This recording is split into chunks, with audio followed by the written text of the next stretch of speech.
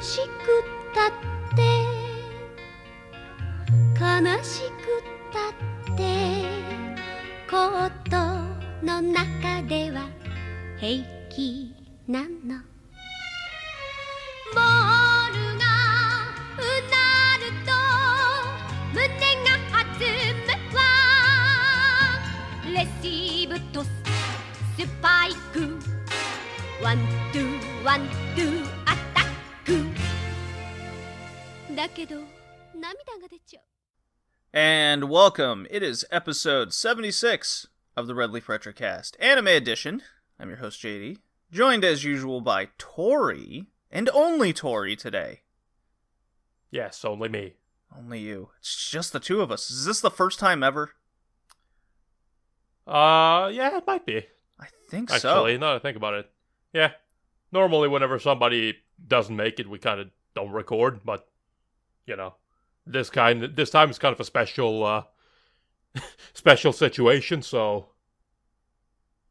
Yeah, it's alright. Crazy news that, I don't know if you've noticed this, Tori, but it's our 3-year anniversary of the anime podcast. Oh, man. Yes, our first 3 years. Our first anime episode was released on June 3rd, 2017. Crazy. Wow. Time has flown. We're 76 episodes deep. Really approaching that number 100, aren't we? Yeah. And we've only lost one person along the way. I say we're doing good. We're doing very well. I mean, we don't know if Hickey's alive after all the fumes he's been ingesting. No, he's alive, he commented today. Ingesting fumes. I said it. He is still alive, thankfully. Well, speaking of thankfully, obviously thankfully, Hickey's alive, but we're doing Attack Number 1 Part 2, and that's thankful to the fact that, A, we enjoyed Part 1 of Attack Number 1, the 1969 volleyball anime, but it got pretty good, decent downloads, so we're like, hell, let's do Part 2 of this sucker. And that's what we're doing today, episodes 15 through 30, and little hint here, Tori, it was even better than Part 1. It's going places. Oh, it's going places, alright. I can't wait. I love a few of the new characters introduced in ways that did not expect in any ways. Let's just say the 60s and early 70s pulled no punches. Or pulled no balls. Yeah. No, I'm just gonna say, if they're planning to just keep going at this pace and then escalating this much for every arc, then I wouldn't be surprised if in the future we're gonna be coming back like, oh yeah, not this person, they're dead, they got shot. Oh my god, I was thinking of the exact same thing. Someone goes through this intense training session and then just actually dies for once. They had to show up to training. They were going to go for their 2-month straight training, but somebody showed up in the street and shot him dead. It was the rival captain. Someone goes full Nancy Kerrigan and takes out kneecaps prior to a match. Yep. Really just waiting for it. But yes, look forward to Attack Number 1 Part 2 as we finish out the podcast. Just an update on the podcast itself. Yes, we're 3 years deep in the anime cast. I believe 2.5 years into the wrestling one. That's been ongoing for a while. 3.5 years for the retro gaming. Very exciting. Our website, redleafretrocast.blogspot.com. Gotten some good feedback on it. No complaints so far. It's good there. I got the tiers posted on the website for the retro gaming. I got a little short article written up for the wrestling, and still thinking of what we could possibly add specifically to the website for the anime cast. So Tori, if you have any ideas, hit me up with some. Of course, you could either do it live on the air for all the listeners, or we could do it separately. Whatever you want to do.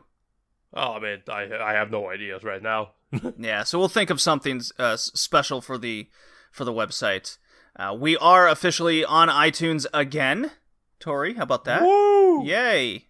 Didn't take as long as I anticipated, and I believe we have some reviews, if you can believe it. Yeah, some people Some people hooked us up with some nice little reviews. I'm going to pull that up right meow. If iTunes will cooperate, this piece of shit. iTunes will not cooperate. My it's iTunes. God, We've been over I this. hate iTunes so much. This is how great it is. I pull it up, I say show in iTunes Store, and it's just lagging. It's freaking out. It's got to load all this worthless shit. Here we go. Finally. We have 2 reviews, if you can believe it. No, Both 5 stars from May 25th and May 29th. Eric in San Diego left us a nice review. Not to toot my own horn, Tori, but it says, JD is so knowledgeable in all things he talks about, be it gaming, wrestling, anime, etc. He has a great rotating group of guests. This is in my podcast rotation. 5 stars. And then I recognize this username, the best Dowdere. This has all my favorite nerd topics, games, anime, and even wrestling. There's so much work put into these, and the quality is great too. Very fun, 5 stars. So thank you for our 2 reviews on iTunes, at least in the United States. Yeah, well, it's iTunes. It's iTunes. What do you expect? So thank you. I love it. We're only, what is it? I think it's 25 to go to make up to where we were before. Yep. So again, I expect everybody that submitted a review before to remember what you wrote last time and copy exactly what... exactly. And we'll of course read it on the podcast. So yeah. It's very exciting that we're now in more spots than ever. We got our website going. I'm very happy of all this. The podcast is back to where it was, and apparently, because of this relaunch, people have now discovered that we actually are on a lot of these other podcast outlets. So that's fun to hear. Yeah, it's always been pretty easy to find. Just a quick Google search and pick your poison. Yeah, exactly. I mean, we got the YouTube channel for super backup in case, the one of your podcast outlets you like to listen to, it doesn't work one day or what have you. So just YouTube Redleaf Retrocast. Very simple to find. So, what's been going on, Tori? Have you been watching any other anime? Been playing some video games? What's up? Yeah, I mean, obviously, now that I got my PC, I've been doing a lot more PC gaming recently, so I picked up Warframe. Ooh. Got kind of stuck into that. That can be addicting. It has been very addicting so far. So I need to kind of relax myself a little bit there. Also picked up some Magic the Gathering because Magic the Gathering Arena. Me and a couple of friends have been talking about possibly getting into that. So I haven't played Magic in years, so that's going to be interesting to try to relearn. So yeah, I've just been enjoying myself. Working on a new video, the Ghost in the Shell podcast we did inspired me to finally compile all my thoughts on Ghost in the Shell, and particularly Standalone Complex 2045, because that's the biggest topic for my new video. And let's just say I was expecting a relatively short video, but we are probably looking at like a 15-minute video between 15 and 20-minute video for that. So. Dude, it's Ghost in the Shell. It's never a short topic of discussion. No, it is not. And I mean, I could have really gone in depth with the Ghost in the Shell, like the prior Ghost in the Shells, and it would have been even longer. But then I would have had to split it up into multiple videos, and maybe I'll do that in the future. But that's not the point right now. So yeah. Well, I also started watching seasonal anime again because, my God, because of this season, well, not getting cancelled, but a lot of stuff being postponed, and I just pretty much stopped paying attention to anything. So I recently started watching BNA again, and man, I don't know how to feel about that show. One episode I like it, and the next episode I absolutely hate it. Oh, I know the feeling. Yeah, I spoke about it at the top of the previous episode here in the cast, and it's not like the worst thing in the world. It just but it's so inconsistent. it feels too episodic when it should be story focused, right? Yeah, kinda. Sometimes. It's weird. Yeah. I've definitely seen worse Trigger shows. Well, yeah. I've also seen better Trigger shows. Yes, it's right there in the middle. That's how I came out of it as. Yeah. So yeah, I got a bunch of stuff to catch up on. Basically, I mean, I only recently realized that we're nearing the end of this season, and I am still on like episode 2 on most things. Yeah, I've I got caught up in watching Game of Thrones. So I read halfway through the 5th book. Okay, that's why because I hated the 4th book so much that I just got burned out by the time I got like the 5th book was good. There was nothing wrong with it, but the 4th book just crushed my spirits because I just couldn't handle the writing style, the excessive amount of detail, etc., etc. And I had watched the first, I believe, halfway through into season 3 when the show was ongoing, right? And then just kind of, I don't know why I just didn't go back to it, but everyone was going crazy. I avoided every spoiler. I don't know how that ever happened because it was the craze of the world, right? Well, now I'm finally watching. I've completely started over. I'm halfway through season 5, so I'm basically at the point where I read in the book, and things are starting to kind of split to where things are more rapidly changing from what was canon in the book to their own story they're making. And I can't say it's bad by any means. Like, they're combining instead of 2 separate characters where that was very unnecessary in the book. They've combined them into one singular character with a new name, right? But you know who it is if you've read the book. So I can't really. It kind of, at least in my case, Tori, it brings me a reason to watch the show and read the book, which I found interesting.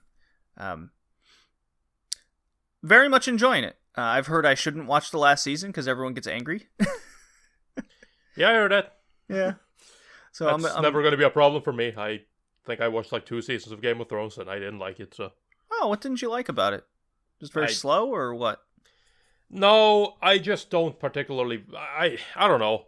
It might have had to do with the overhype of everything, but it didn't capture me in any way. I just feel like it's not. As far as fantasy, I've seen fantasy done way better at other places, so I don't like it. What, like Lord of the Rings, or what exactly? Among other things, yeah. No, but like I didn't enjoy myself with the characters. I didn't enjoy the split perspective of everything. Nothing grabbed me about it. So it was just kind of like, I was watching it, waiting for it to get good, and then it just, after 2 seasons, I was like, you know what, this isn't worth it anymore. Kind of same, but way faster I did with like, my god, I don't even remember the name of that. That's how little fucking live action I watch. I don't remember what I watched. You know what, never mind, let's just drop the point. But the point is, when it comes to a lot of those popular live action shows, I honestly a lot of times just don't enjoy them. Mm-hmm. So that's why I don't really watch much live action stuff anymore. So it's not, I don't know. I struggle to relate to anything. I struggle to find that thing that really works for me. That's why mostly I end up watching like B movies and like bad horror and stuff like that, because at least that's fun, even if it is bad. I feel you. I generally stick to some like sci-fi type stuff if I'm doing live action, such as the new TNT hit show Snowpiercer. Have you heard of this? Nope, never heard of it. So I think I went into, if I remember correctly, went into a little detail over the first episode on the Retrogaming-Cast that just came out. We did episode 69 for it, Tori. So of course the theme was very sexual. Yes, as it should be. As it should be. Law. That is the rule. Every time you do an episode 69, there must be a lot of sexual innuendos involved, or just no innuendos at all. Just straight up. Anyway, Snowpiercer. It's so basically global warming got bad. Scientists were their ingenious idea was, let's shoot rockets into the ozone to cool the Earth off. So ice rockets, basically. And of course it went totally wrong and froze the Earth instead. And the solution was one MIT graduate or whatnot was like, I have an idea. I'll get rich people to pay for a train that will travel the Earth. So, very outlandish and makes no sense. But it creates a very cool environment in this ice world, right? And murder takes place on the train, so you got a murder mystery on top of it. Yeah, of course. I was about to say, where's the murder mystery? Yeah, so it's the murder on the Orient Express ice style. It's fun. Jennifer Connelly's in it. Love her. She plays her role very well. And then a lot of TV unknown actors that you just don't recognize. So I vastly enjoy the show. I believe I'm 3 episodes in. It's definitely delivering for me. It's just because it's a TV drama. It's very it has a lot lower budget than than a movie, as expected. So there's some cheesy CG mixed in, so it's pretty cool. Yeah, that's what I've been doing. Playing video games for the podcast. Didn't get to Bloodstained. I planned on beating it, just never got around to it. I've been doing the podcast games and more podcast stuff left and right. Busy guy. I'm back to 5 days a week at work, so I lose a day in my binging for everything. Mm-hmm. Oh well. Not the worst thing in the world. Shall we... Do you have anything else to add, or shall we move on? I say we move on. All right, I'm going to play the Sega drop that we got.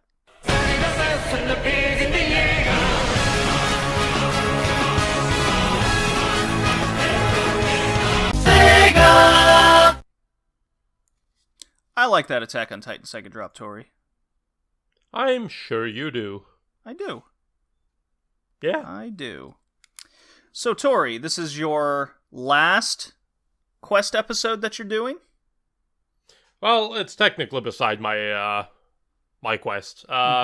So I'm not just to get it out there. I'm planning on ending my plan to watch list watching Quest. Not because I'm going to stop watching shows on my plan to watch list. I'll still watch stuff and I'll still talk about it if I find it interesting. But I'm gonna change it instead of I'll just watch whatever I want if I have the time to watch anything, instead of trying to push for having watched something for every episode and then keeping up with like what's next and what's next and what's next. That's fair. Yeah. So That's the shows totally that fair. I'm going to be talking about now they are on the list. Well, one of them is, but they aren't related to they wouldn't have come up now anyways. Mm-hmm. But one of them would have come up irregardless. So between episodes, I in my quest to try to get back into anime after taking way too long off, I ended up watching a couple of, like I said, B horror movies. I ended up watching a 90s horror movie called The Curse of Kazuo Umezu, or Umezu Kazuo no Noroi, as it's called in Japanese. And the reason why that caught my attention is because it's by Kazuo Umezu, who is by many considered the grandfather and just... I was about to say inventor. He's not necessarily the inventor, but he is one of the first, horror mangaka. Mm-hmm. So that's... he is the inspiration behind people like Junji Ito and whatnot. So, I found that movie. It's 40 minutes long, and I thought, you know what? That sounds good for a late night watch. And the synopsis goes: do not toy with the supernatural. 2 stories of the consequences that descend upon humans who venture beyond the safe confines of their ordinary worlds.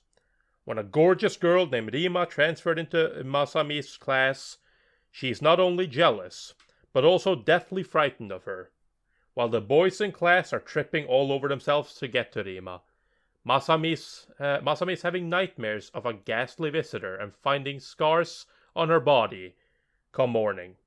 She asks a friend to help her get evidence to confirm her suspicions about the new girl, but if a picture is worth 1,000 words, a video must be worth far more. The truth can set you free, but it can also be more terrifying than anything you can imagine. So that's the first story. And basically that describes the entire thing. Mm-hmm. It essentially follows that girl, Masami, who is... she has very averse reactions to this edema for some reason. We don't know why. She literally passes out, and when she sees her, she can't be in the same room as her. And Masami thinks it's because edema is a vampire. Especially because she stops coming to class. Can't go out in the sunlight, stuff like that. Prefers staying inside in the dark, yada yada. You know, typical vampire, right? Of course. And because she wakes up with like bite marks or like a hole on her neck every time, it's gotta be, right? She comes to her and eats from her neck. That's gotta be it. Clearly. Okay. Until one day, I follow the logic so far. Yeah. Until one day, Dima is carried to hospital. Unknown reason. Why? Okay. So Masami gets help from one of her friends, and they set up a video camera to find out what exactly is going on.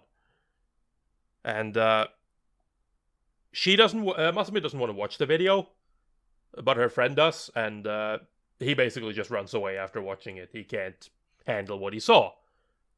So Masami kind of goes on with her life, ignoring that it even exists, that video. She doesn't, because she isn't brave enough to watch it. And in the meantime, she is just getting prettier and prettier. And after a while, her curiosity gets the better of her. What is on that clip? And the video reveals that she is not actually getting attacked. She is the one doing the attacking. Because the scar that she has on her neck is a giant mouth that opens up. And she basically gets her face and everything just pulled back, and she turns into a hideous monster. And she goes to attack Rima. So, was not expecting that. Yeah, it's a lot of those, like, they kind of, they turn the table on you. Oh, I like that. It's a nice strange. Little, yeah. No, but it sets it up nicely, because you think you understand what's going on, and then really it's like, that's not it. So, it's very, you can absolutely feel, you can feel kind of a similar vibe from this movie as you can from, like, Junji Ito stuff. You can definitely feel that he was inspired. Sure. Kind of similar art style as well, which doesn't really translate very well to the anime, because, you know, they tried to go very close to the mangas. Well, this isn't based on a manga, not as far as I know at least, but they kind of try to go similar to Kazuo's manga style, and it doesn't quite work in anime. It doesn't, not in my opinion at least. The anime itself looks absolutely awful. Horrible fucking footage. Just, no. This is low quality.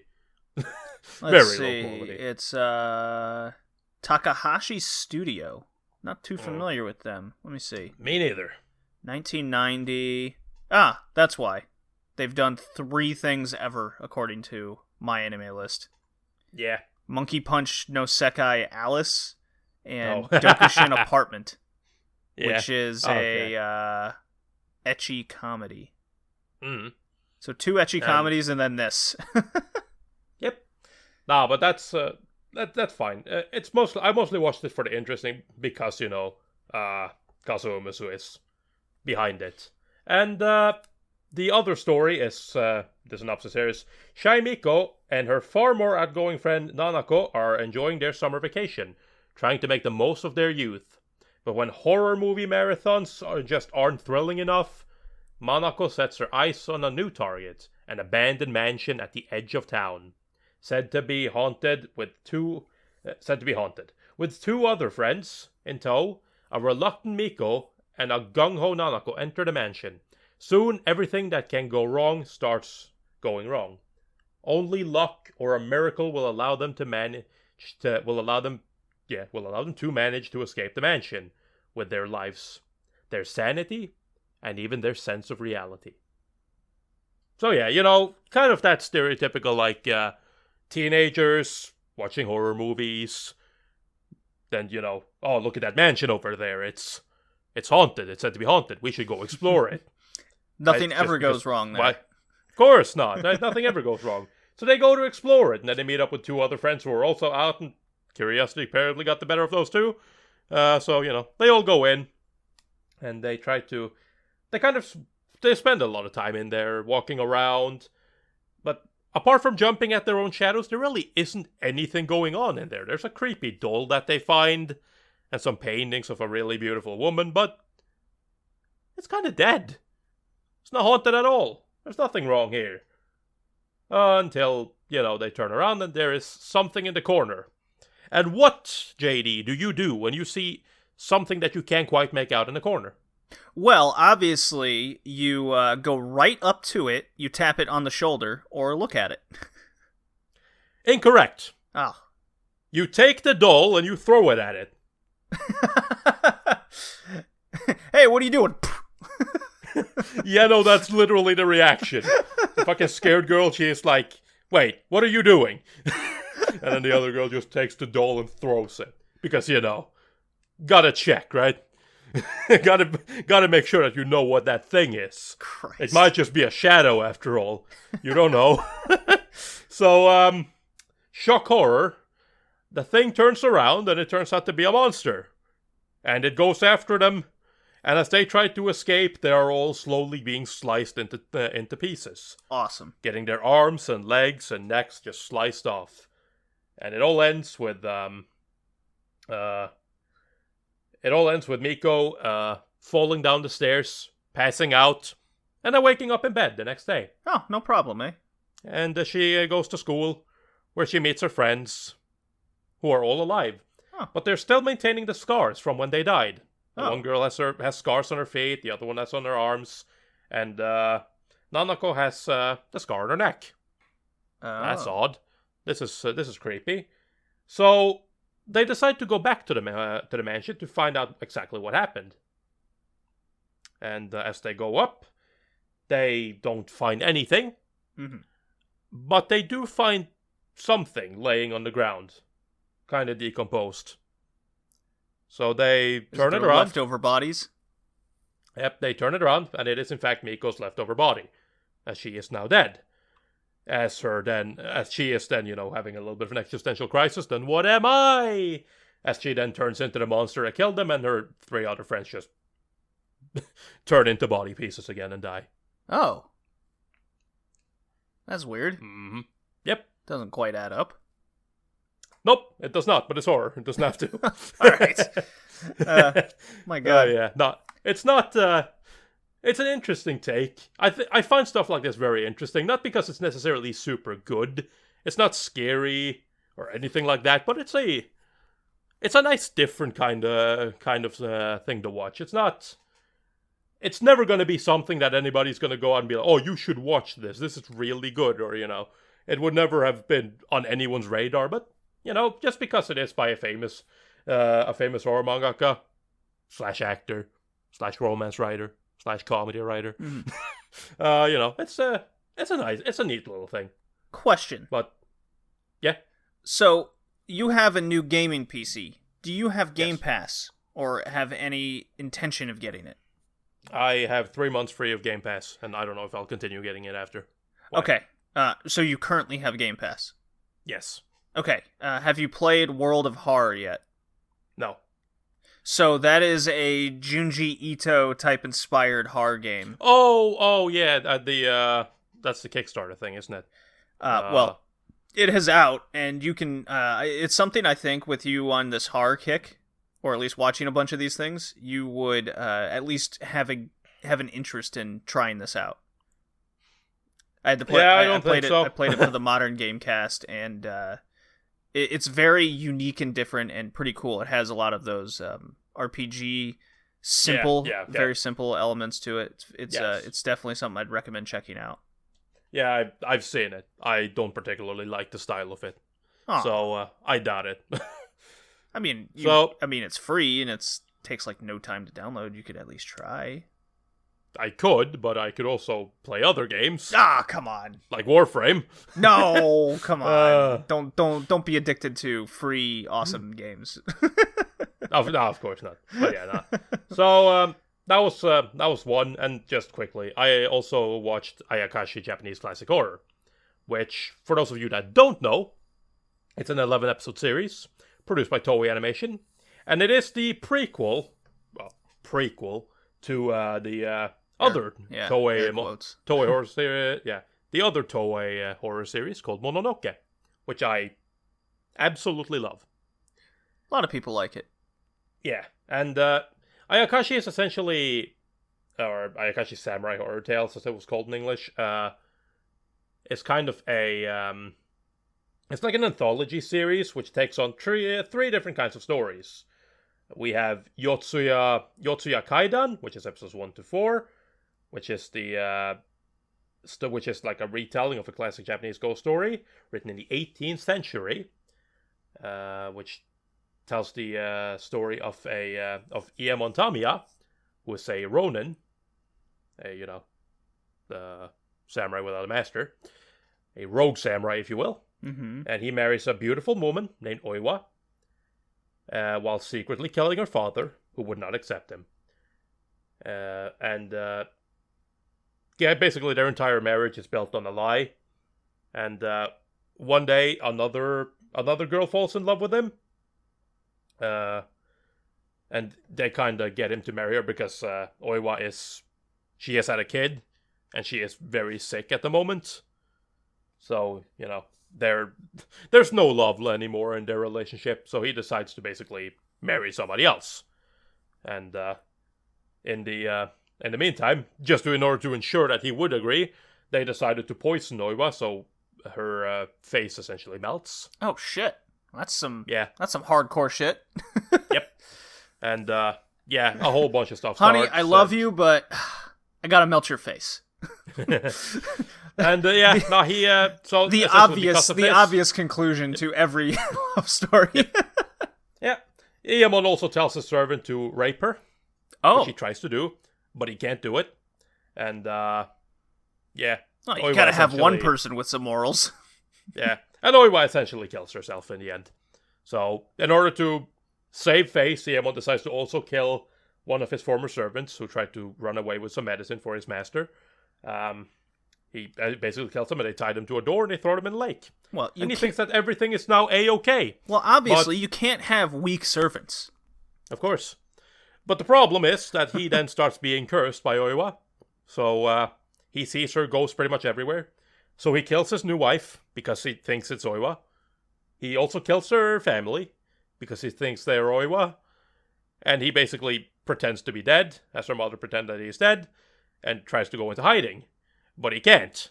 So he ends up moving back in with his family, where he gets disowned by his father, and then goes out and hangs himself. Oh, and what a happy ending.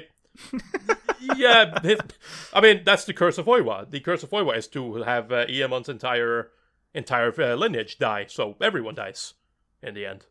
That's basically the gist of it. There's more to it than that, but what a happy story. It's a horror story. It's a samurai horror story. Of course, it's not a happy story. So that's the first story. The other one is Tenshu Monogatari, which is I like this one. Yeah, which is not really so much a that's episode 5 through 8, and it's not really so much of a horror story as much as it's a story about like a bunch of forgotten gods or goddesses, I guess in this case, who are occupying this abandoned castle, and they're basically killing and eating every human that comes too close, because in order for them to keep existing and not die out, they have to eat humans. Right, take their life force situation. Yeah. So, let's see. Yeah. The falconer, Soshonosuke Himakawa, is sent by his master to retrieve a precious white falcon named Kojiro. That leads him to this castle, and he ends up running into one of these forgotten gods.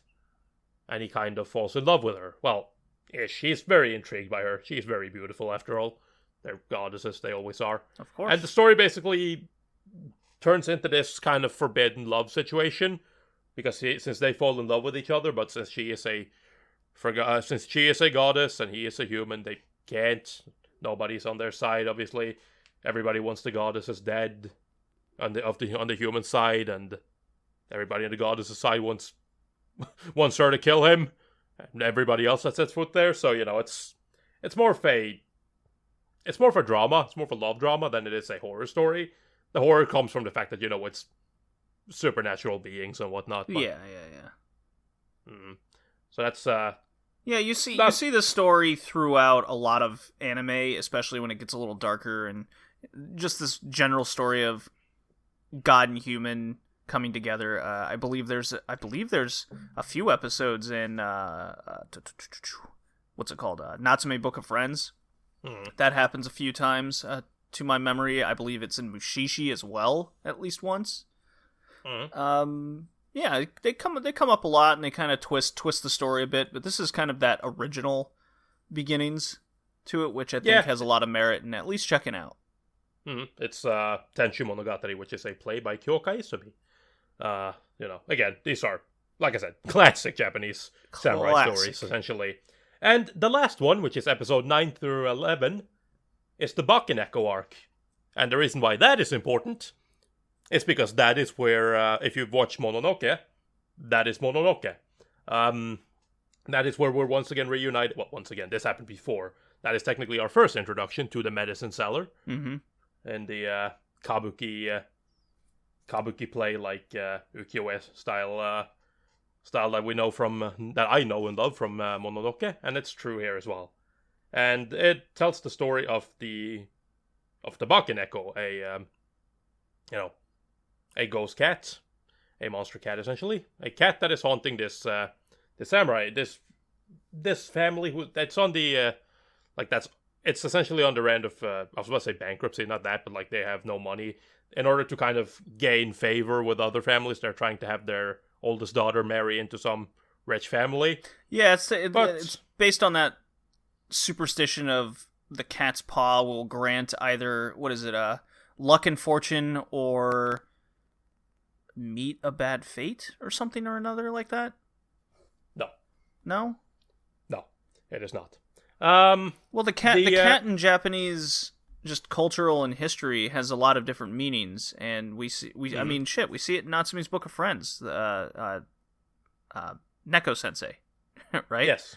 But this is Bakeneko. This is it is a monster of a specific type. It is it's essentially a monster built of grudge, and the reason why it's the Bakeneko, the reason why the monster is a cat, is because it is the vengeful spirit of a cat. Oh, okay. I was thinking of something completely different. Yeah, okay. And never mind then. When this daughter tries to go to get married, she is killed. The medicine seller has arrived at his family's home, and he's trying to sell his medicine. But he, in typical fashion, he realizes that something isn't right.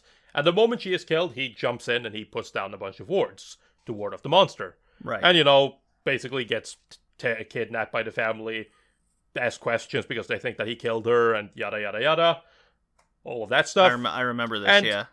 Yeah, and if you remember Mononoke, then you'll know that when it comes to this, he is there to essentially, he is there to defeat this monster.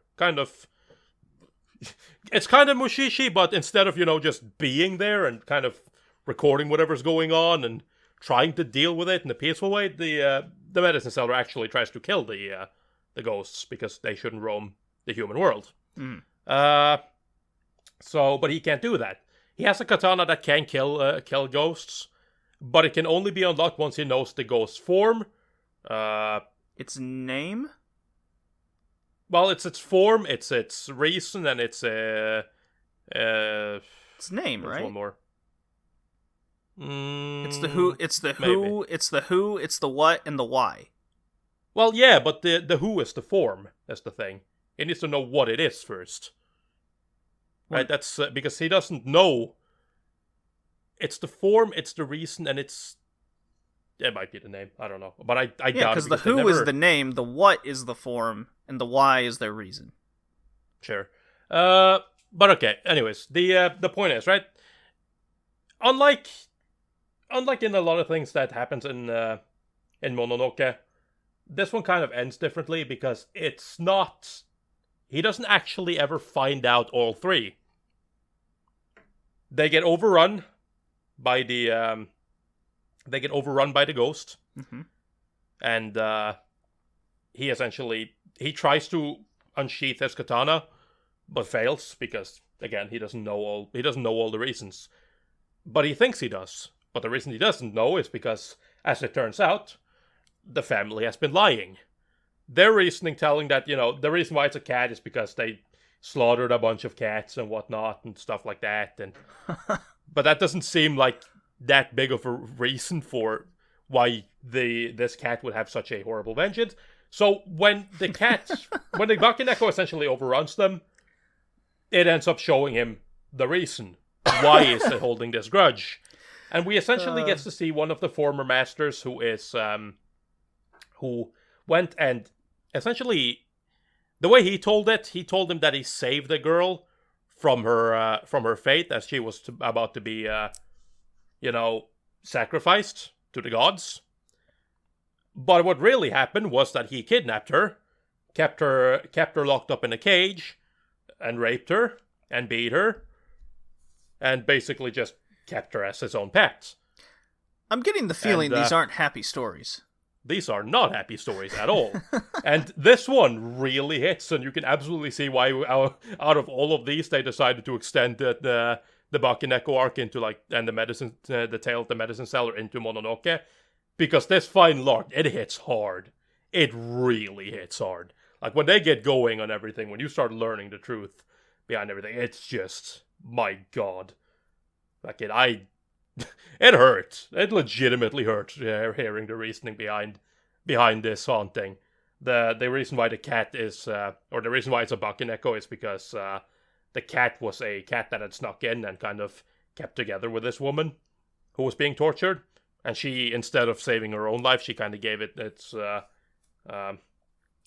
she gave it her food so that it could survive. But it would ultimately also meeting its fate. And that's because of the treatment that it received, and because of the treatment these people gave to this woman, it came back with a vengeance. And oh boy, did it come back with a vengeance. It's a really good story. And if you've watched Mononoke, or planning on watching Mononoke, by all means, watch this one. Although, I will give you one warning. And in the subversion that I watched of this, it even says that. It warns you before watching that there is a PDF file out with information regarding classic Japanese tales and folklore and whatnot that you absolutely should read while watching. Or, just doing general research and looking stuff up while you're watching. Because this is not for somebody who is not knowledgeable or understands much of Japanese culture or Japanese folktales. This is about as Japanese as it's gonna get.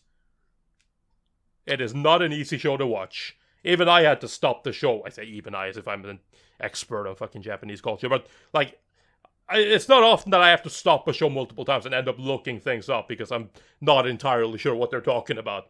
But that happened multiple times here. Yeah, you always come across a few of these shows in anime that is steeped in so much culture throughout history and time.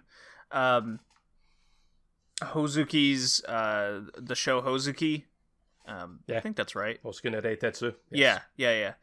That's steeped in culture, so you kind of got to go, okay, what exactly is the significance of what they're talking about right now? You do a little research and you go, oh, okay, so that's very interesting. This is very much a similar case. Question: have you ever seen Yamishibai Japanese ghost stories? No, I've heard of it though. So, for those that don't know, since we're on the topic of classic Japanese horror and anime, Ayakashi came out in, 2005 or something? 2006? 2006, yes. 2006. So, Yamishibai came out in 2013, and I actually got the DVD set from a Sentai Filmworks sale for I think it was $3 or something. I was like, hey, cool, I'll do it. What it is, it's a collection of Japanese ghost stories in shorts. So they're 4, 5, 6 minute long pieces, and there's 26 of those. It's really cool. All of them together don't even equate to 2 hours. So you can go through the whole series in a sitting. It's pretty cool. It's I think it translates to Theater of Darkness. It's something definitely looking into for more cultural based horror story type stuff, it's something I'd recommend, and definitely the Ayakashi Japanese classic horror as well, from a much longer perspective of these stories. So it's more or less in that same realm. Just I think it's been a long time since I've seen Ayakashi classic horror. Ayakashi's much better animated. There's a lot more detail put into it, while the Yamishibai are what it advertises it as. It's short, classic horror stories. It's very, very easy to watch. Yeah, absolutely. So it's like definitely those.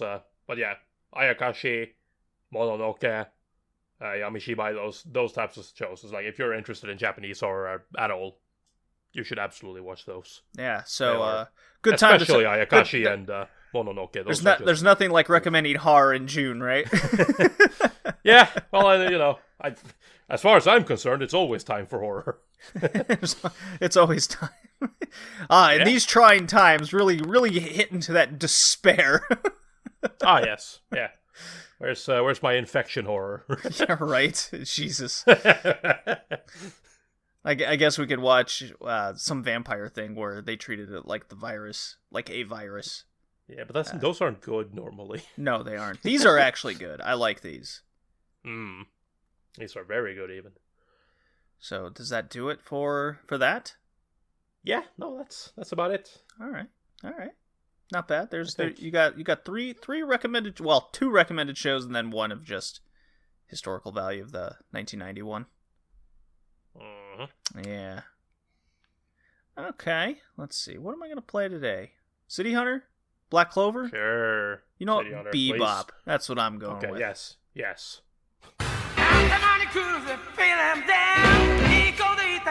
Every day, baby can't stand it. Ain't gonna be a good boy. Well, baby. That'll get you pumped. That'll get anyone dancing, ready to talk about a volleyball anime from the early 70s. Yes, of course. Because when I think early 70s, I think bebop, dance, jazz. Why not? Why not? Review Attack Number 1, Part 2, Episodes 15 through 30. Studio TMS Entertainment. There's 2 episode directors listed, Fumio Kurokawa and Yoshio Takoichi. Released December 1969. These episodes were definitely about the spring of 1970, based on the manga. Summary from Anime Planet for those that don't know and haven't listened to Part 1. Definitely recommend it for those that haven't seen it or listened. Go check out that episode that we did before. Moving to a new school is never easy, and it's even worse when you're the most intelligent girl in school and everyone around you seems incredibly boring. That is Kazuo Aihara's attitude after arriving at Fujimi High. The only part of the school that she finds interesting is her favorite sport, volleyball. But unfortunately, even the Fujimi volleyball team is in shambles. One day, after insulting the team, that's always how you get on their good side, Of course. for always losing, Kazuo is challenged to try out and prove how good she is. Of course, as with everything in her life, Kazuo passes with flying colors, which we see again happen in the second part here. Process becomes the admired new team captain, having suddenly found a new challenge and worthy of her skills. Can Kazuo overcome the professional and personal obstacles involved with taking a losing team to international glory? And that is indeed the continued story here in Part 2. We last left off with our precious volleyball team here. They won the national title, right? Or was it the regional title that they won? I'm pretty sure it was a national title because there were people from pretty much all over. Okay. I'm pretty sure it was the middle school national title. Okay, so they won the middle school. They won a tournament. Yeah, they won the middle school national tournament. They get lots of praise. The school gets like this crazy budget because they won the title. And they, in their, I guess, celebration, it's immediately stopped by Coach Hongo, this asshole. He's like, get back to work. Spartan training time begins again. Begins anew. We got to take on the Russians. And they are humbled by these Russians, aren't they, Tori?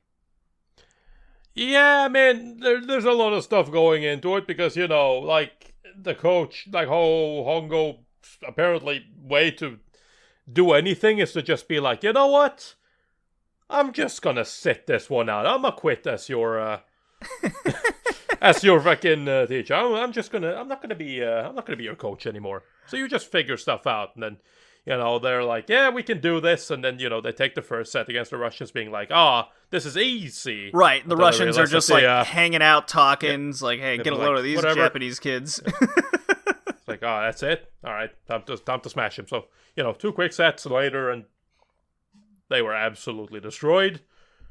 And, then humiliated even further. But that's how volleyball goes, You gotta build up from some false confidence and then just absolutely dunk on them. Yeah, and I don't remember the exact timeline, but there's also the newspaper club chick that gets involved during all this. She prints out the whole fucking controversy about because of how the volleyball team has been so good.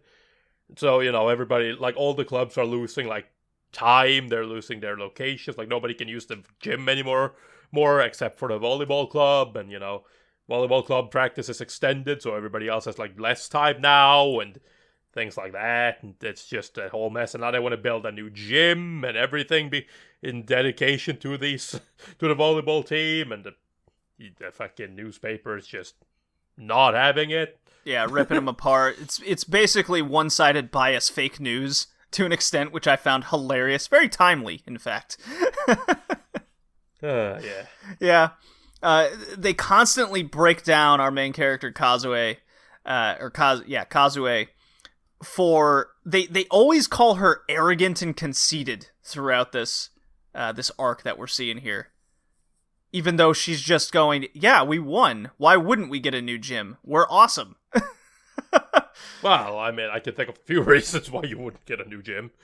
I mean, not that they really needed it. It looked exactly the same. Yeah, listen, they got a new gym, not a new animation budget. Right. Yeah, so they break them down. I don't understand why sports anime always have this thing where, okay, we got to train you, but I'm the coach. I'm not going to actually teach you anything. I don't know how many times we have to go through I'm this. going to train you, and by train you, I mean I'm going to resign as your coach. Again. I'm going to sit this one out, not tell you anything. Figure it out. That is my hint to you reaching the next level. I don't understand. Jesus. And of course, all the kids being 12, or whatever age they are, around that age. They're just like, yeah, we could do this. We won the national title. We're awesome. And then they could do it. Shock And horror. then shock, they can't do it. Yeah, they don't learn anything. Go figure. So they lose. They're distraught. Of course, because they lost. And this is the theme. If anything goes wrong in this club, it's always blame Kazuo. I mean, yeah, she is the star. She's the star. She's the captain. She's the bitch. It's all her fault. It always is. It always is. So the team's next tournament is, it's kind of the repeat of, I think, the regionals. It's not so much the nationals this time around, right? You know what? I don't know either. Or I felt like it was the same competition because it was all like, this year we're gonna take you out, and then everybody's like, I don't want to train, and then it's like, but you should train though. Like, but we're the best. Yeah, but fuck you. Right. And all while let's just keep consistent here. It's the nationals the next year, right? And the papers are posting, and God, we have to put this in like 1970s terms. Internet doesn't exist. Word travels slow.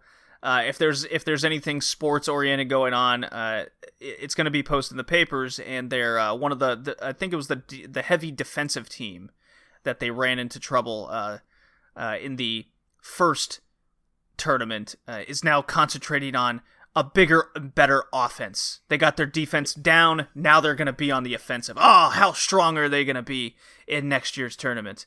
Well, of course, they're not going to meet them until the finals Right? They made them until the finals last time. It makes sense. Right, it makes sense. They're on opposite ends of the country, we'll just assume, and that's just how it works out with all the regional ones. But it's very quick. They don't go through meeting these individual teams this time. I mean, it was very quick last time as well. The entire tournament was like 2 or 3 episodes. Yeah, but you at least met some of the other team, their team captains and whatnot. But no, none of them matter because Kazuo isn't on the team anymore anyway, so it doesn't matter because guess who was kicked out? Yeah, she's kicked out. They blame her. She has the Spartan-like train. Okay, Tori, this is hilarious. So Hongo quits because reasons, and he has his Spartan training. Oni coach. Wouldn't have it any other way. Kazuo has to take over as basically boot camp coach. Call me crazy. She does the same fucking thing. Oh, yes.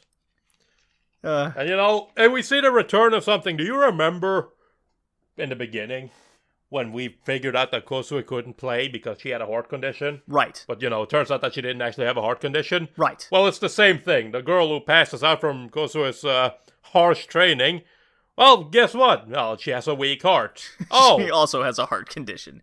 And they blame Kazuo for her Spartan training methods. They blame her for her weak heart. I believe they even go through the phrase, "Oh, we told you your training was hard." She goes, "Well, she had a weak heart." "Oh, so you knew she had a weak heart and you still did it to her. You bitch." Yeah. Quit the there's team. No... You're not captain anymore. Yeah, well, Hongo's the one who kicks her out of the because he's like, "No, I'm sorry, we can play without you. We don't need you anymore. You shouldn't be captain anymore." And Kazuo has to face herself, and then she gets recruited into the gymnastics team, and she has fun there and tries to forget about the volleyball team as they're making their way to the final, struggling, of course, but they're making their way there, and Hongo is kind of just intercepting every conversation between them, being like, "No, actually, though." It's like, "Oh, we should get Kazuo back." It's like, "Yeah, you should that. But before you do that, did you know that she called you all losers and you're terrible?" Right. Repeating history all over again. I don't understand this man's tactics at all. Okay. So, okay, Tori, hear me out. I'm Hongo, and you're the gymnastics teacher, okay? Uh-huh. Okay, gymnastics teacher Tori, here's my idea. I need to get my star player, my captain of my volleyball team, to the next level. How should I do this? You have any ideas, gymnastics coach Tori? Well, I mean, you could always just make her learn a bunch of pointless gymnastics moves like somersaults and backflips and cartwheels. Stuff like that. So, okay, you're going to be in the gymnastics club. You're kicked out. She's going to be kicked out of the team. I'm going to keep planting fake, conceited rumors into her own teammates' heads that she doesn't want to be here. Okay, follow me so far? Mm-hmm. This is logical, right? Of course. All right, so we're going to have a bet between us that she can learn a front flip without running, and this will improve her skills for volleyball just in time for the finals. Okay? Follow me so far? Sure. Logical, right? This is logic. Okay. So she learns this front flip, and then she makes it to the finals, and we win, right? Great idea. Of course. She's learned a special technique. Idea. Yeah. Although I feel like you're skipping out on something very important. What am I skipping? Because it's one thing to go to a gymnastics class and learn anything. But I feel like that's too easy. That gives us too much time to work with. How about this? How about 3 days? How about we just have that all happen in 3 days? Oh my god, I love it. Time crunch with no actual skill built? Love it. That will definitely make her a better volleyball player. So yeah, that's exactly what happened, and it's so dramatic. Like it features Kazuo going to the cliffside, and this happened with not just her, it happened with multiple characters, where they go to the seemingly same cliffside, they stare out into the ocean's vastness, and they have this existential crisis and also realization of their goals. I will overcome this epic volleyball situation in front of me. That's right. And it's and the words they use always came across like they're gonna either do this or they're gonna jump into the sea. Yeah, well, it's Japan. That's a very real possibility that they would do that. Oh my god. No, I'm gonna end it right now. I'm out. So yeah, no, it's honestly interesting, and I love how they always wait until like the last second to do these things, because that's just not exciting enough if they don't. And it's also that I love as well how they make her learn a front flip without run up, also that she can perform a rolling receive. Because last time I learned something, or the last time I checked, a front flip is not a rolling receive. It's not. It's a front flip. So, and it's basically all to learn how to deal with this defense girl, her new special move, which is like this, like, really, like, top spin heavy spike, which she's learned how to do both top spin and, like, bottom spin. Well, it's not even a top spin. It's more like a drop shot, if anything. Well, it might look like that, but they introduce it as a top spin. Like, they learn about her being able to do top spin. They don't know that she can also do underspin and like side spin and shit like that. Basically, she curls her balls now instead of just going straight down. Right. Okay. So that's why people can't deal. That's why they shot. can't deal with it. That's why she needs the rolling receive, so that she can, dive after it. Yeah. But again, I mean, I get it. It's a nice thing to know, but also a rolling receive is a last resort thing, not a move that should be used over and over again. Times. Right. Yeah. Yeah. But it's not. It doesn't make any sense. And why would you wait until the last moment? And of course, in typical dramatic anime fashion, she's trying to make it to the final because the final has started, but they're getting on a train and a typhoon is setting in. Yeah, why? Like, she won't make it in time, possibly. Yeah, and forget the whole. Let's look at the weather. Let's get there a day before. Let's get early in the morning. No, let's only give us like a couple hours before the match starts, and we'll just get on the train and go. Yep, that's how it goes. And she gets there late.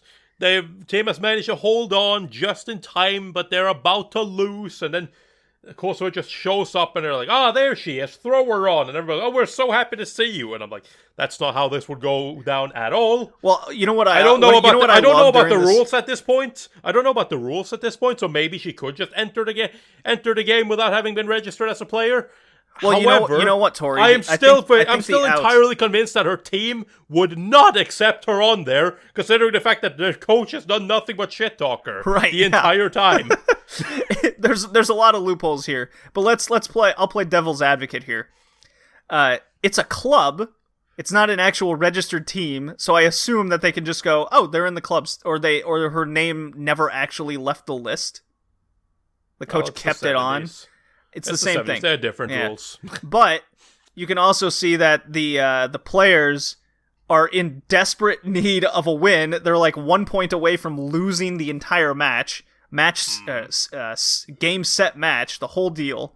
And they're like, well, she's back. I guess it's bygones be bygones. We can hate on her again later quick enough. I mean, yeah, of course they could. They absolutely could. That's what they've told me in the story. Anyways. Yep. Yeah. But the funny thing is, despite the fact that Kazuo gets there, despite the fact that she can now receive that the curve spike, despite the fact that she can do a rolling receive and all that, she ends up twisting her ankle. She ends up getting hit by the ball because of the underspin and twisting her ankle. And to my shock horror, they lose. Right? And they lost. So, you know what? This anime did swerve me for a second, though, Tori. I must admit. I should have known better. I've seen so many sports anime. They pulled out the major.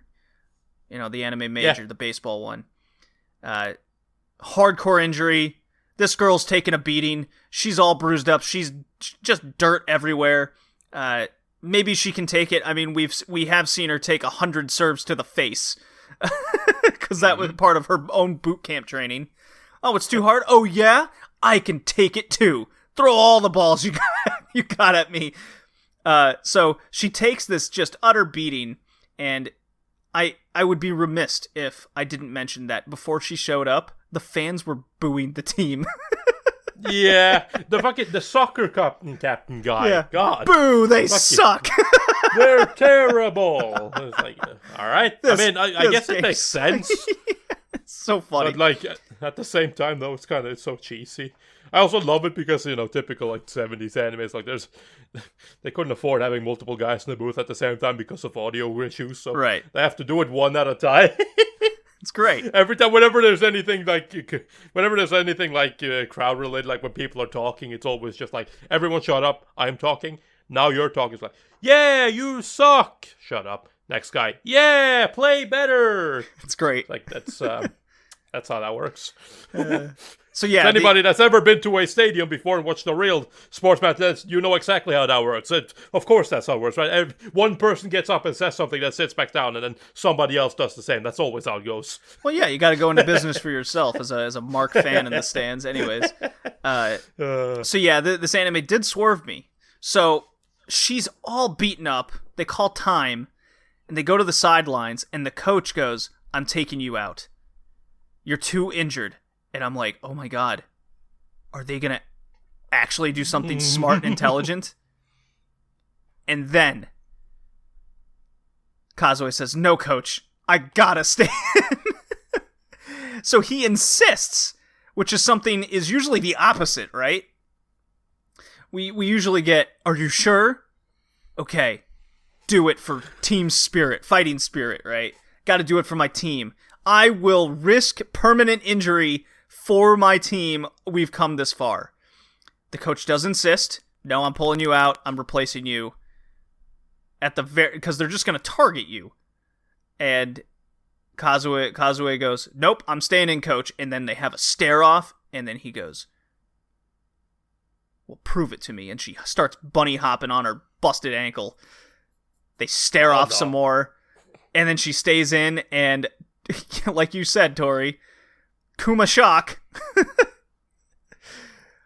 The drop shot girl, I forget her name. Just matter. Immediately targets her, and they lose. Yeah, she sort of got a couple in, but yeah, ultimately it's just not. It was more a moral victory than anything at the end, but it's they lost the match, and that they have to deal with that, which is fair. I like that there are, they do that because, they're obviously establishing that sort of rivalry going on there. Sure, and it continues on. It's obviously annoying because, you'd think that ankle would be really bad, although it's like, it's just a sprained ankle, but it's like, you keep playing on it, you keep jumping on it, that would be really bad, but it's like, the next day, it's like, nah, it's all healed, don't worry about it, I'm good. It's like, so really, you weren't injured, huh? You're just playing. But there's this whole thing, and that's when they run into a new guy, a new coach. Oh. Mr. Inokuma Daigo. And he says something that I have waited for for somebody to say for so long. He goes up to Kazuo, and he looks at her, and he says, that is no fucking revolving receive. And I'm just like, yes! Thank you! That's just some gymnastic stuff. And I'm like, oh my god, finally! Finally someone said it. Oh, I'm so happy. Yeah, he even takes Hongo, apparently they're old college classmates or part of the volleyball team, something or another. They know each other, and he tells Hongo to his face, your coaching sucks ass. It's not coaching. And he's like the glass breaks. He's all insulted. He's just, what are you talking about? And he goes, you're not coaching them anything. You're just throwing balls at them.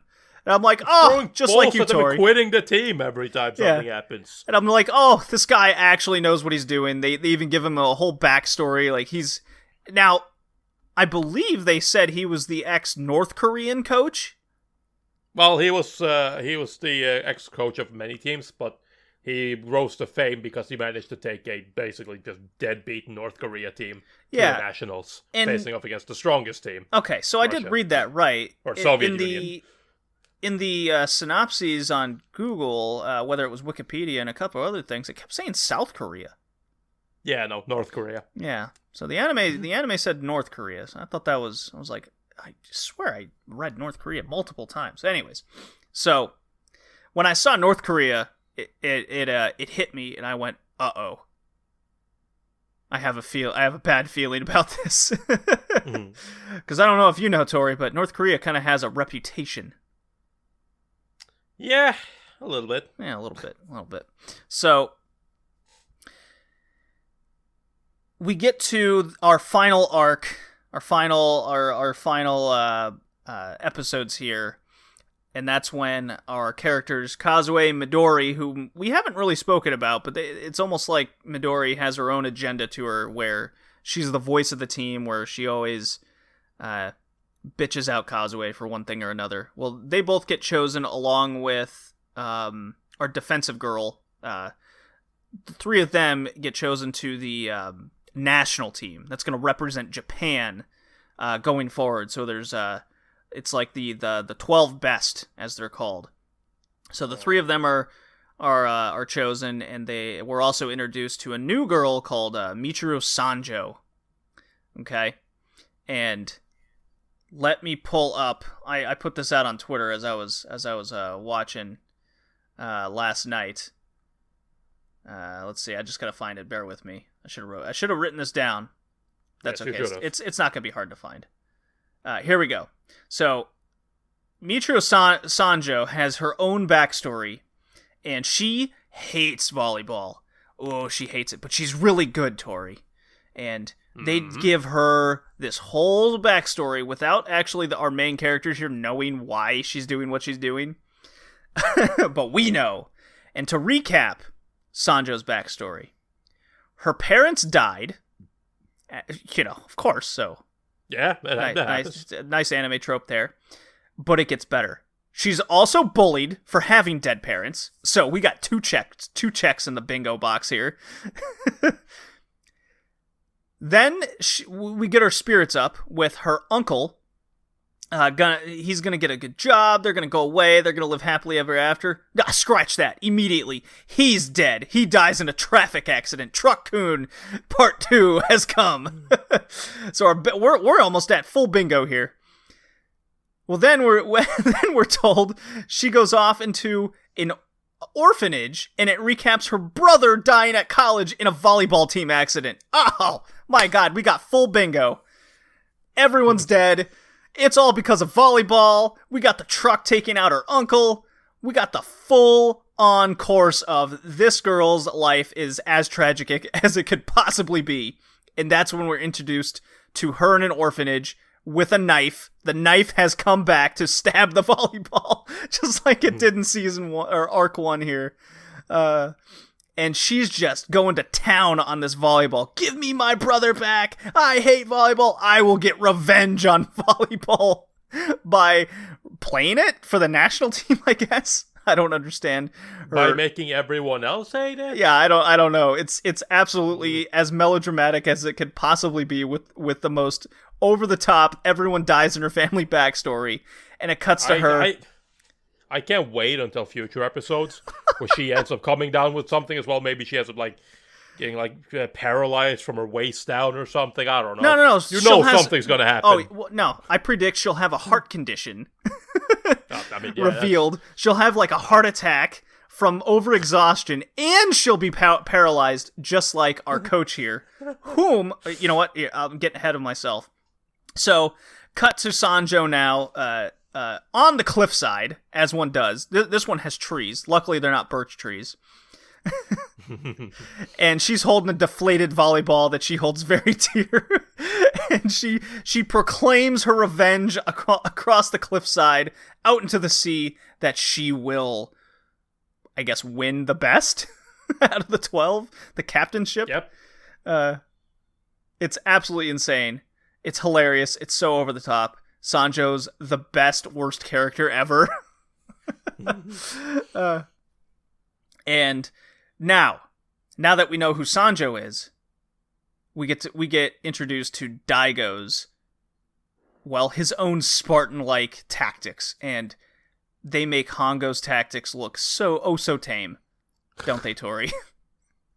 I mean, yeah. No, here we're talking like they're getting like PTA involved, the newspapers is getting involved.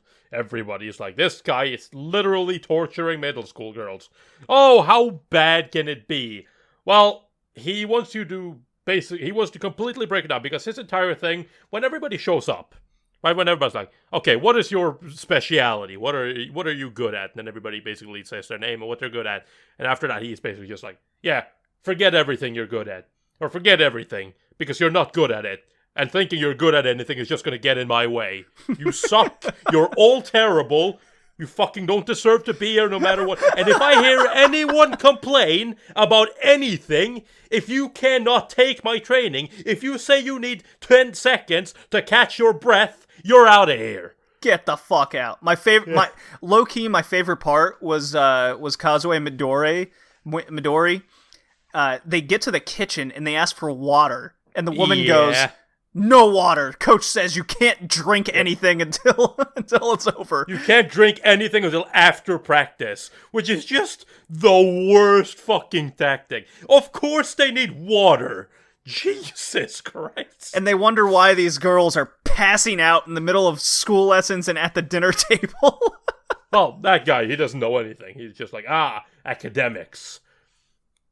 Yeah, he's like, oh, you have time. You have plenty of time to sleep. Never mind that they're getting boot camp Nazi style training. Never mind the fact that they're training into far into the fucking night, and if they want to compete with each other, they also have to stay up all night training, because some of them do. Some of them weightlift in secret. Sanjo does. It's my. Also, in order to improve her fucking, like receiving ability. She, like, fucking takes a bunch of chains and wraps them tightly around her wrists and starts receiving with those on. Yeah. Just cutting her fucking wrists open, bleeding all over the place. And I love the reactions to it as well. It's, she's wearing those chains so she can increase her receiving forearm strength. But she's bleeding from the wrists. No. Let's not mention that part. That's not important. That's not important. The training never got not funny, because it's just this dude who's paralyzed his right arm from his own spike, right? He paralyzed himself, so he can now only use his left arm. They do his little backstory of he busted down his own college team with his spike serve so bad that they all quit or never could play volleyball again because they were crippled. So he cripples his own teammates, crippled himself, and now he's going to teach these middle school girls with the same tactics? What could possibly go wrong? Well, nothing. They're improving. Nothing. They're improving, even though they're not actually learning any tactics. No, but they're learning the basics and they're getting better. I mean, for as much as his fucking training is excessive, at least he's actually learning them, teaching them some volleyball things, rather than stupid-ass front flips and pointless shit that doesn't help anyone. I mean, the one tactic I saw him learn is, okay, you're going to defend this square space, and I'm going to throw the balls in the square space, and you're supposed to, receive them. You're saying that? No.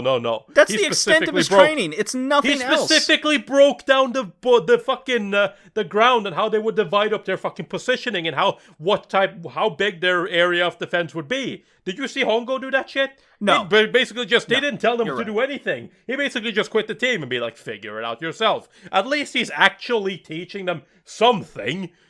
Yeah, this one little sliver of a thing. But other than that, it's the same tactics, just worse. Nah, man. They're learning to receive the ball. They learn to deal with pain. They learn that they all suck. They learn to not trust their instincts. They learn to believe in the coach. They learn to, I don't know, commit suicide, I guess. I don't fucking, like... That's kind of, I'm not even joking. Like, I mean, obviously nobody's killed themselves yet. Yeah. Not yet. But I'm not putting it above them. But literally, the reason why this even came out was because, at first it was 3 girls, but one of them decided to go back because she didn't want to lose. But two of them literally ran out and they're fucking crying their eyes out. Because there's they don't want to play volleyball ever again. Well, I love how those three are defeated. in the infirmary from their training injuries because this dude's spiking it into their face and ribs.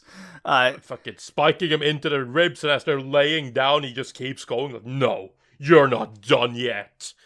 Yeah, they're bleeding from the mouth. I'm sure they're missing teeth. The one girl's like, Coach, please, 1 second. All right, go home. What? No, I just need you questioned my tactics. Get out of here. I'm sorry, Coach. It'll never happen again. They're freaking. What's the term when you start being sympathetic towards your captor?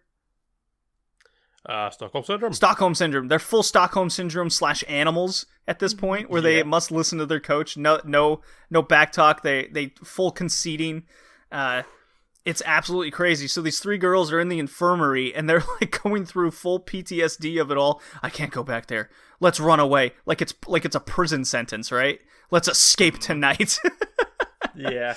But I just love all these. It's the same thing. It's like, literally, they are passing out. They're fucking just crashing into the floor. And then everyone's like, oh my god, are you okay? And he's like, don't leave her. Don't touch Leave her. That's weakness. Yeah. It's like, I mean, Jesus Christ, she is passed out. It's like, doesn't matter. What if she dies? Then she dies. Yeah, he kind of says that. There's my favorite reaction was they're all at the dinner table eating their rice and no water, I guess. It's not allowed. And this girl passes out, just collapses out of the chair, and then it cuts to Daigo here in his sunglasses and evil beard. He just goes, well, that's one less for the best. Such a shame. Just no sympathy or empathy towards these girls at all. He just goes, well, she's done. She's on the ground. That's weak. I mean, come on. They pass out. That means they're bad. Yeah, that means they should have listened that they're I'm just sitting here thinking, like, you're supposed to take out a national team. By the end of this, you're going to have, one person. Yeah. And you can't make a team out of one person. You really can't. The girls tell the coach that 3 of them ran away, and he just goes, why are you telling me this? You could be using this time to train more. It's like, well, I guess he's right. I can't wait until he gets replaced later on by somebody even more strict. It's just going to get worse until someone does finally commit suicide or dies from literal exhaustion. I will not put it over. Like, we all started this Oni coach trope through Aim for the Ace. And the more we watch Attack number 1, it's just getting worse. And it's yeah. I mean, Tori, we shouldn't be laughing at this grown man beating on middle school girls. But here we are. I mean, listen. It's anime, okay? It's not real life. Obviously, if somebody did this in real life, it would be absolutely horrible. However, I will also say that this took place in the 60s and late 70s. This actually and I'm just going to go ahead and say something. Sports back then were brutal. Dude, sports nowadays are brutal. They look, in Texas. Well, sure. Look, where I grew up, Tori, in Texas, in Houston. I don't know if you know this. American football is very serious in the Deep South. Yeah, no, I know. I've heard and it. They're like literally fucking putting them through like practices and things that could literally leave them permanently injured or worst case scenario even die. Well, here's the thing. No, they need to know to do that. Here's the thing. Kids actually did die on the field of play during training because the coach wouldn't let them drink water before practice was over. Exactly. And they had to implement a law nationwide to say if the kid needs water, you can't stop him. A law that, if I'm not mistaken, is still being broken to this day. Yes, this is very much true. And I believe in Texas, as a matter of fact. Because when I moved to Michigan, kids were actually telling me that, no, anytime I got bored, I would just go, hey, coach, I need water. And they couldn't tell me no. But in Texas, it don't flow that way. So wasn't there like a fucking basketball team in the U.S. as well that literally the coach would, like, whenever somebody failed at something, like when they were practicing, whenever they like if they missed a shot or failed to do something the way, he would literally take them over and he would fucking just beat the shit out of them. I don't know the beating, but when so in my own experience with like basketball practice and whatnot, the coach would always pick the worst player on the team to take the free throw.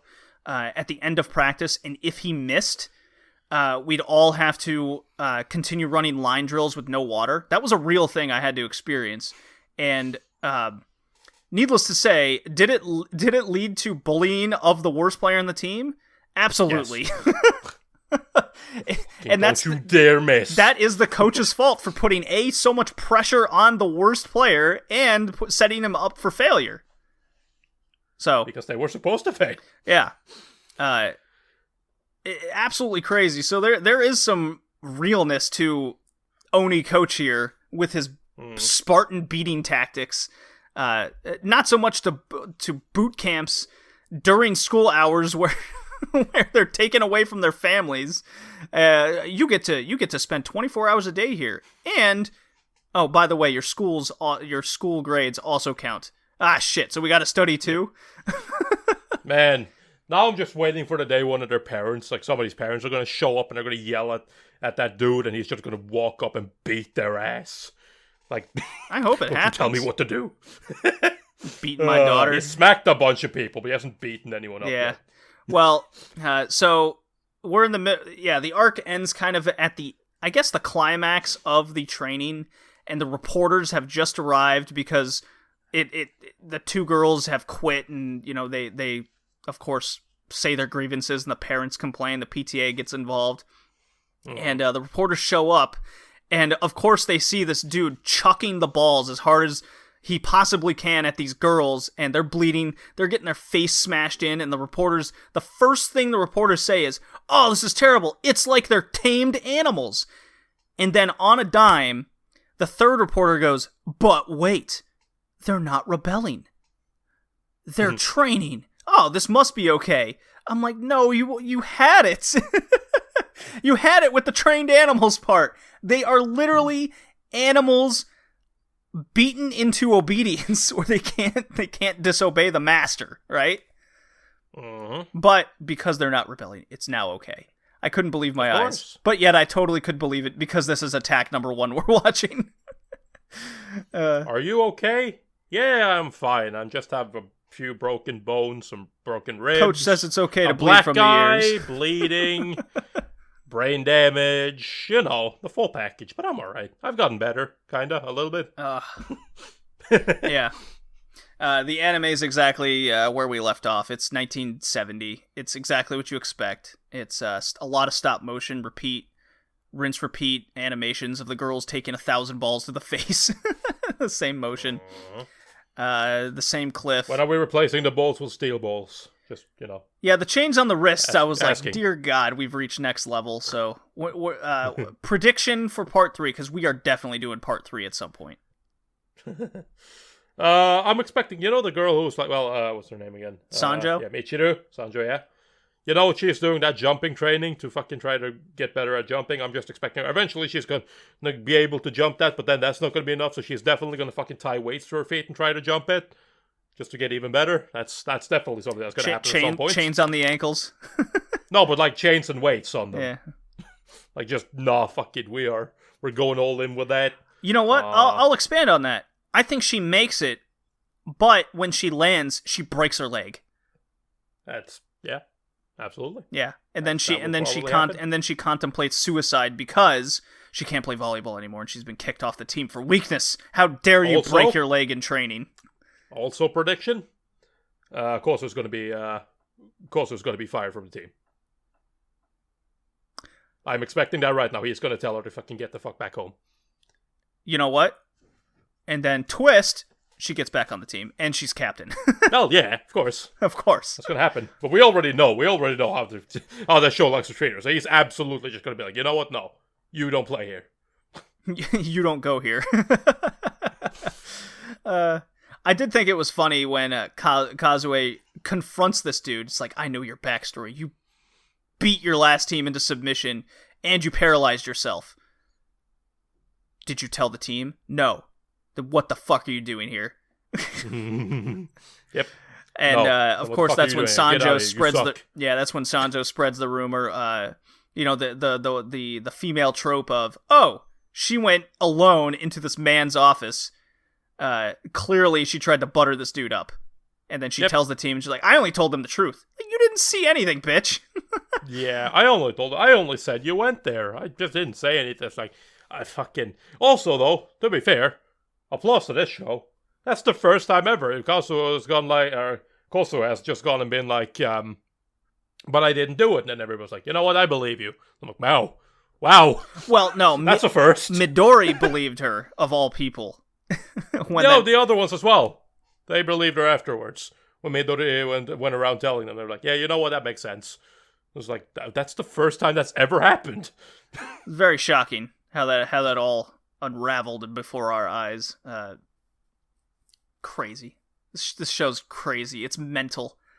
It's a mental beatdown. And somehow, I mean, we said this in the first part, but I'll say it again. Somehow this led to this just incredible revolution of volleyball intake in the country during the 70s was because of this anime. Yeah, everybody was like, dude, I can get beaten. Sign me up. That looks like tons of fun. I want to play volleyball. Yeah. Oh my god. Where's the chains? Wrap my wrists up in chains, watch them bleed, let's play some volleyball. That sounds like a good time. Oh my god. So yeah, we got our prediction.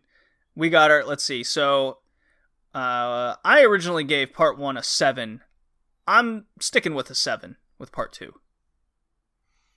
How about you, Tori? 7 out of 10. No, I'm still giving it a 6. I don't. It's funny. Look, it's the most unintentionally funny anime ever. I don't know about that, but that's funny. But yeah, no, it's not particularly good. There's a lot of just like, well, I hate you. One episode later, one scene later. Yeah, but you know what? Let's just get over that. Yeah. It's a lot of stuff just kind of happens, and you're just being dragged along for a ride. But it's not great, but it's a 6. It's definitely a roller coaster of beatdowns. Beatdowns, both mental and physical, and just kind of everything. And you know, sometimes we win, sometimes we lose, but at the end of the day, we can all sit there and look at ourselves and say, at least we didn't break anything.